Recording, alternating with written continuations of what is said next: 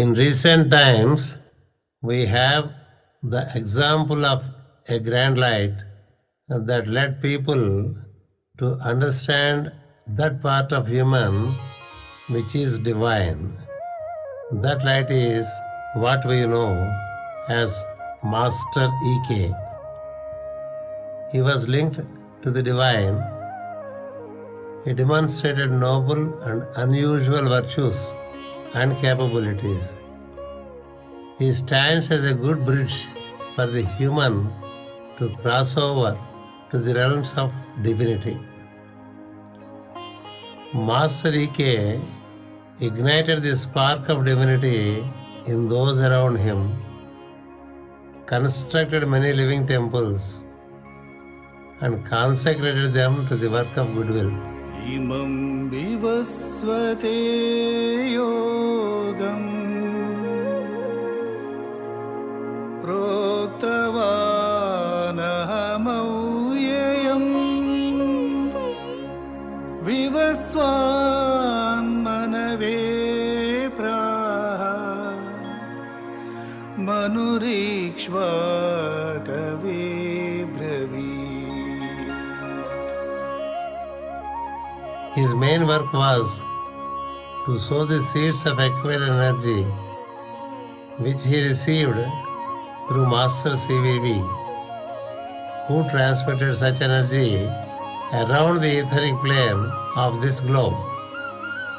This would enable faster individual transformation and the consequent growth and enlightenment. Thus, Master EK worked as an effective channel for transmission of the energies of Aquarius. Besides manifesting the Aquarian energies, Master EK was also entrusted with the age-old teaching and healing work, which is the main work of the Himalayan hierarchy. Thus, Master EK's work essentially revolves around the introduction of the Yoga of Immortality propounded by Master CVV, teaching the intricacies of ancient wisdom and healing the people. Master CVV, Master MN, and Master EK were all born in the month of Leo. It has something to inform us. It is in relation to the energy that has visited the system through the constellation of Leo, that is, the energy of synthesis. The energies of synthesis descended on our planet via Sirius of the cosmos, Regulus of the constellation Leo, and the Halley comet at Kumbakonam, which Master CVV received and transmitted. Master EK was born on 11th of August 1926 during the evening hours at 5:30 p.m. on a Wednesday in Bapatla, Guntur district, Andhra Pradesh, India. For the first 3 years after his birth, the family stayed in Bapatla. I belong to south of India. I was born in a traditional Orthodox Indian family where my parents were great scholars in the scriptures and traditional education. My father knows all the Vedas and their commentaries. He's a great scholar in all the Vedas and all the commentaries. He was a great scholar in Ayurveda and who has conducted many miraculous cures. And he was also a scholar in the traditional medicine and homeopathy. And he had many disciples in the scriptures. He was a great master in yoga. He practiced yoga with his master. He lived with his master for 12 years. He had the power to cure diseases by a touch and meditation. When Dr. E. Anantacharya was in deep communion with Krishna consciousness, he received Master E.K. through his lady. That was the chief reason why the child was named after Lord Krishna as Krishnamacharya. From his 4th to 6th year, since Sri Anantacharya was studying in Presidency College in Chennai, the family moved to Chennai.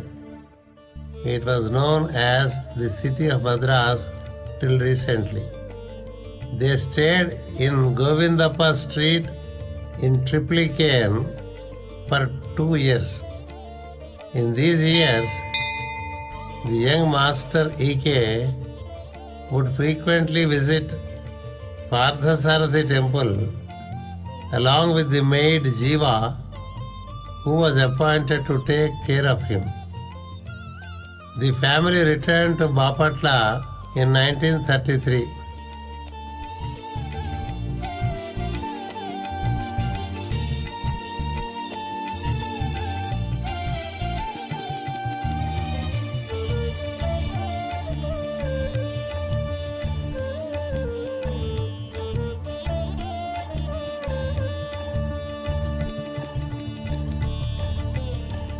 Master E.K. was the eldest son to his father.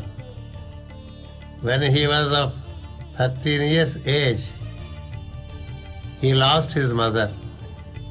But even from childhood, Master E.K. felt the guidance of his mother. Master E.K. had 3 younger brothers whom he took care of, fulfilling the role of the mother to the younger brothers. His father did not send his children to the school. He was of a firm conviction that the modern schools do not teach what is to be taught. They would mold children as per the concurrent average human thought. The children would lose all the thinking and creative abilities. They would settle down as ordinary amidst the multitudes.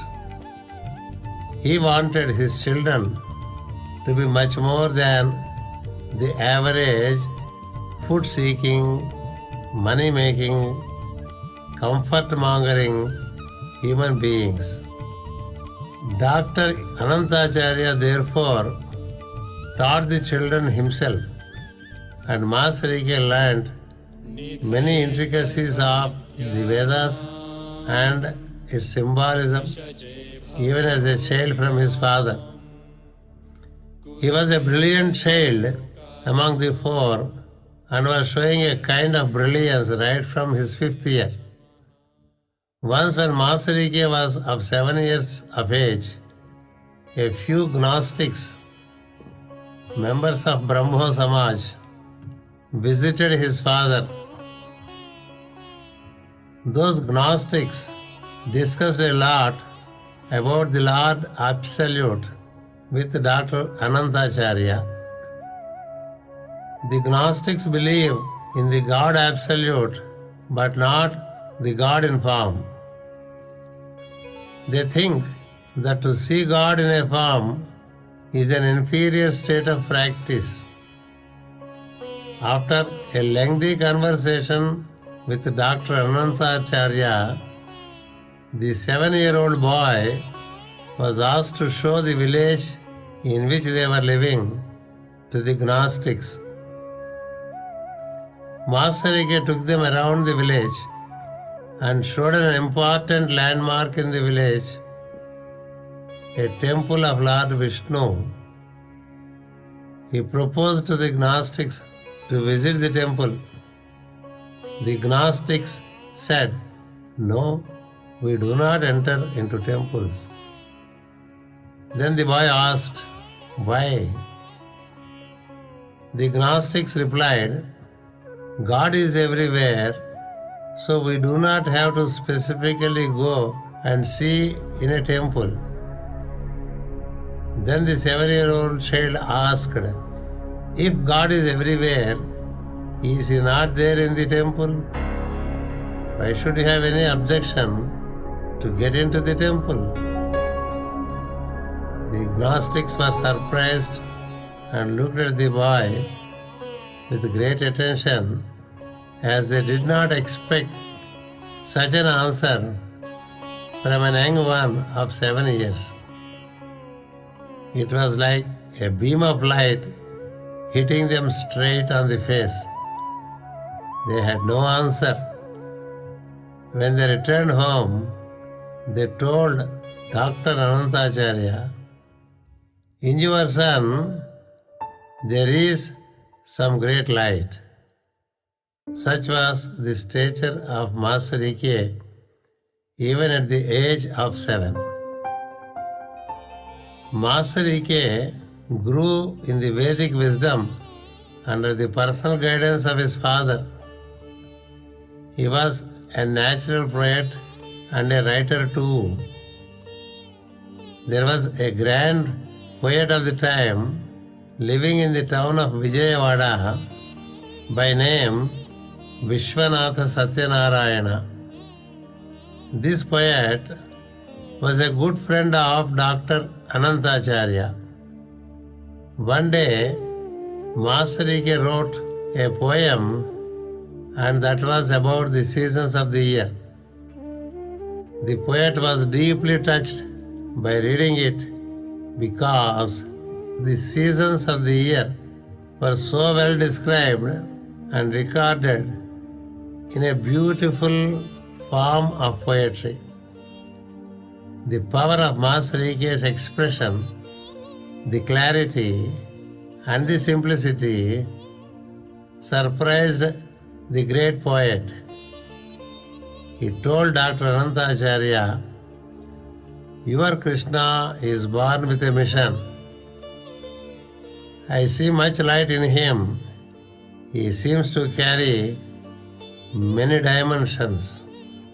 I admire him." In the year 1938, at Bapatla, his Upanayanam was performed. He cleared his matriculation in 1944 at Varanasi.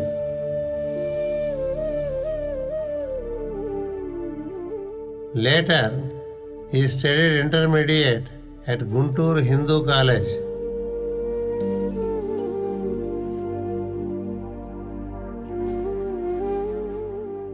He was married to the lady Appama. It was an arranged marriage by his father.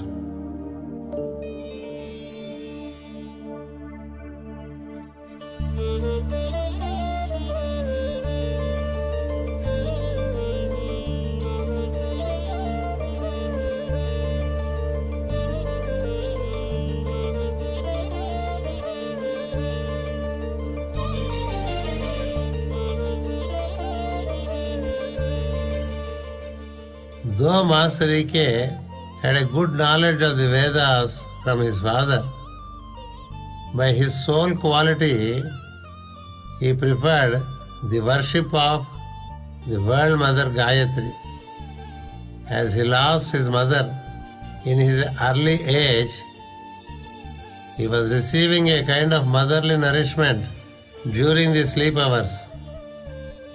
This led him proximate to mother's energy. His father taught him the essence of the Veda.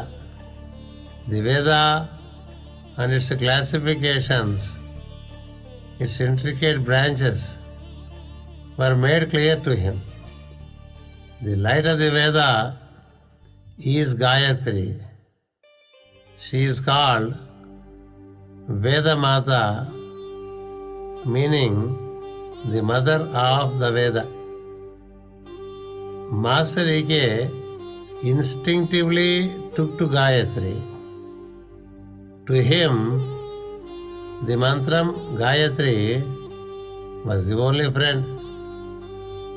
Right from his 12th year, he went on working with Gayatri. By his 18th year, he had the vision of Gayatri, the World Mother, in a beautiful female form and was deeply impressed by it. He relied completely upon the Mother more than anything else in life. To him, the Mother Gayatri was the friend in need, the guide at crossroads, the mother to console, and the teacher to enlighten. Between 1946 and 49, he was studying Bachelor of Science in Vijayawada at SRR and CVR College with particular emphasis upon biology, physics and chemistry. And later he studied MA, meaning Master of Arts, in Telugu at Andhra University, Visakhapatnam. As he entered the university, his worship of Mother Gayatri had reached great heights. During those days, the university was open for 5 days during the week, that is, from Monday to Friday. Master E.K. used to disappear from the university hostel on Friday evening. He was not available to the friends and colleagues and used to reappear only on Monday morning. He used to regularly go to Shanti Ashram, an ashram on the seashore of Visakhapatnam, and sit under a ficus religiosa tree from Friday evening till Monday morning. He had only one thing to do: chanting Gayatri. He lived on water and worshipped Gayatri thus during the entire weekends. He gained such light in his head that the students used to feel the brilliance. He was a handsome man too, and the brilliance in his face added dignity and gait to his facial aura. Due to the continued worship of Gayatri, his countenance gained the female beauty. He was attractive to look at. The men and the women were equally admiring him, particularly when he smiled. His smile ignited the spiritual life in many. His looks were sharp, shining, and carried awakening ability. The vision in him was developed so much due to his regular contemplation upon the Mother Gayatri that he could even see the examination paper which would come the day after in the examination hall. He could very clearly see the whole examination paper. In the beginning he was excited, but he quickly shut the door on such usage of the light. He felt it would tempt him to many more things, causing the fall. When he was young, he enjoyed a few such visions, shared them discreetly with his friends, but then, thanks to his discretion, he indulged no further. Master E.K. continued to meditate upon Gayatri in a manner which was really unique of him. His love for Gayatri was beyond boundaries. He carried in him the characteristics of the mother. He was very lovable, serviceable, patient, tolerant, and understanding. People felt great comfort and joy in his presence. During this time, he would spend a lot of time in the library, and apart from his regular college studies, he studied the works on Tantra, Mantra, and various other esoteric sciences. He studied the works of Sir John Woodroffe, the scripture of Sharada Tarakatantra, etc. He even studied in depth the science of astrology in its Vedic form as well as in its Western form. Master was 21 years of age when the then Vice Chancellor Dr. Sir C.R. Reddy came on rounds to the hostel block. Master submitted to him the poetry Arpana, the principle of offering, written by him. He was deeply admired by the Vice Chancellor for producing such a sublime poetry. The Vice Chancellor himself was a man of outstanding accomplishments. Besides being a poet, he was conferred with the high British honor of Sirhood. He was touched by the poetry of the master and spontaneously stated, "The university is proud that it has within its compound a poet of the caliber of Krishnamacharya." This was one example of his outstanding caliber as a poet. When he was to write his post-graduation examination in literature, he was to pay money for the examination. His father sent him a money order which did not reach in time. He was studying in Visakhapatnam and his father was staying 300 kilometers away from the place at Vijayawada. Though the money order was sent, it did not reach in time. Master E.K. was deeply concerned that he may not be able to appear for the examination. He went at once again into the shade of the ficus tree at Shanti Ashram and ardently worshipped the mother. He prayed to her and said, "Mother, I cannot afford to miss this examination, but I could not pay the fee in time. You are the only solution and solace to me, Mother." The mother appeared to him, saying, "Your fee is paid.